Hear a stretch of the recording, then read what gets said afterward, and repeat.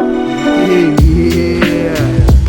Nicky Black, my man, one more time. Good to see you, man. Yeah, bro. You guys showed up to the John Thomas event, and that was meant a lot to me because these were my inspiration, and I wanted to show them that performance poetry, that they was part of their shtick, right? That look at these kids, they're doing performance poetry. Man, you lit this up. How's everybody doing? How are you guys? We are here to celebrate. We are here to celebrate the past, present, and the future. To celebrate those who have come before and those who are walking through the doors, and may poetry live on forever. It's about you guys. This is about Venice. This is about Los Angeles. This is about the literary movement. We are all messengers. And I have no choice but to do this poem. This is about Los Angeles. This is about all of you guys. So here we go. Is it the sunshine or the catastrophes, flash floods or the traffic? Something about Los Angeles makes music, makes magic. The muse of Los Angeles makes artists get active. Behold the lore of LA authors, behold! Who's rocking the populace in the postmodern metropolis, LA authors. Starting with Charles Fletcher Loomis, sunshine looms large in literary Los Angeles, from the myth of Ramona, Pueblos, California ranchos, orange groves, and the Arroyo Seco. Expatriate artists of the 1890s brought the first sunshine wave of LA authors, and the boosters blew the trumpets on the Golden State's landscape.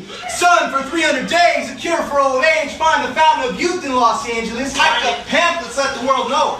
The land of the sunshine, we knew it was manifest destiny. But it wasn't heaven for everybody. Besides the boosters, there was the bunkers, socialists, expatriate poets, leftist screenwriters, F. Scott Fitzgerald, Louis Ademic, and Jake Zetland. And Nathaniel West, he was one of the best. The city of flames in the day of the locusts. The underground intelligentsia of artists and authors. They lived in Echo Park bungalows. McCartney, he called the Red Hill, and Sinclair yelled, "Oil! Behold the lore of LA authors, behold!" Chandler and King were kings of writing more detective novels in the lost streets of Bunker Hill, where Fonte celebrates staircase fire escapes and lost love, and long before Rodney King, it was Azusa riots.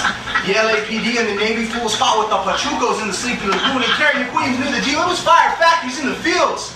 Palm trees are swinging in the wind as the sunset begins. It's twilight on Franklin. But what makes Sammy run? Is it the architectural illusion, Hollywood tycoons in the American dream, Robinson, Jeffries, Langston Hughes? If he hollers, let him go, get your jazz on Central Avenue. And Ray Bradbury wrote Martian Chronicles.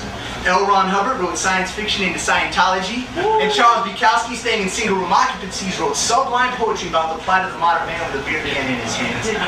And Venice beats off of Abercrombie, and Venice beats off of Abercrombie, and Venice beats off of Abercrombie, and Venice beats off of Abercrombie, and Venice beats off of Abercrombie. Every time I'm in Venice, Jim Morrison speaks to me. Behold the lore of LA authors, behold, rocking like rockabilly car clubs, the Carpenters, the Beach Boys, Grease, disco, and roller skating. Singer-songwriters in Roll Canyon like James Taylor and Joni Mitchell sang the real deal in the Hollywood Hills, basking above Babylon and hedonism before hippie folk maidens became pop rock musicians. And now they're rocking the Rainbow Room like Led Zeppelin, selling platinum. Radio Free Hollywood, Hotel California, the Doobie Brothers. Play that funky music, white boy.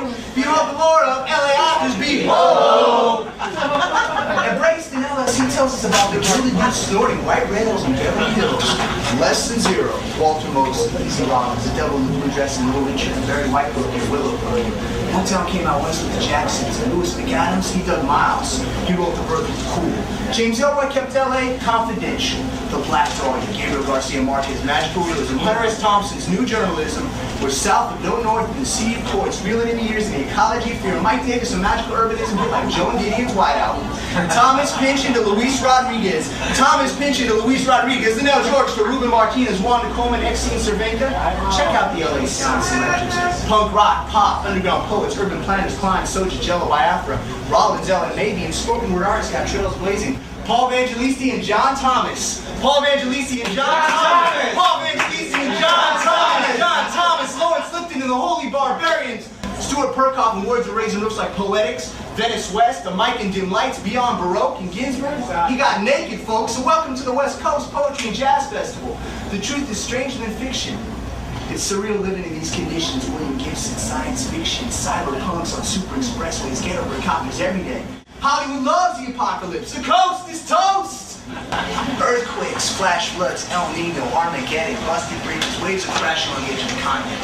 Is it the city of flames or is it another new paradise? Is it sunshine or noir? Baywatch or Blade Runner? Stay tuned for another long, hot summer. Santa Ana warm winds keep blowing, the creative juices keep flowing, the list of our LA authors keeps growing. LA authors are making music loud like Sunset Strip, rock and roll, soul, Doors, Van Halen, Motley Crue, Guns N' Roses, Ice Cube, NWA, Dr. Dre, Pharcyde, Snoop Dogg, Freestyle Fellowship, Hip Hop, Metal, bedroom producers, turntablists, and poets. Behold the lore of LA authors. Behold the lore of LA authors. Behold. Who's rocking the populace in the postmodern metropolis? LA authors, all of you guys. Look, you guys. Thank you. All right, man, that was amazing. Man, you know, you were right about the oral tradition. That poem was a combination of, I had been reading all my different heroes of different LA writers, but at the same time I wanted to try to really, you know, capture the spirit of it. And some of it was, you know, referencing Mike Davis's chapter, Sunshine and Noir, and, you know, the different myths of LA, the sunshine, the noir, the light side, the dark side, heaven and hell, but also all the different little variances in between. And so that poem was really definitely my ode to LA literature, but it was also my own rite of passage of growing up in LA in the 80s and 90s. And you brought it to Venice that night, bro. You lit it up, and they got to see something they didn't expect. I'm serious.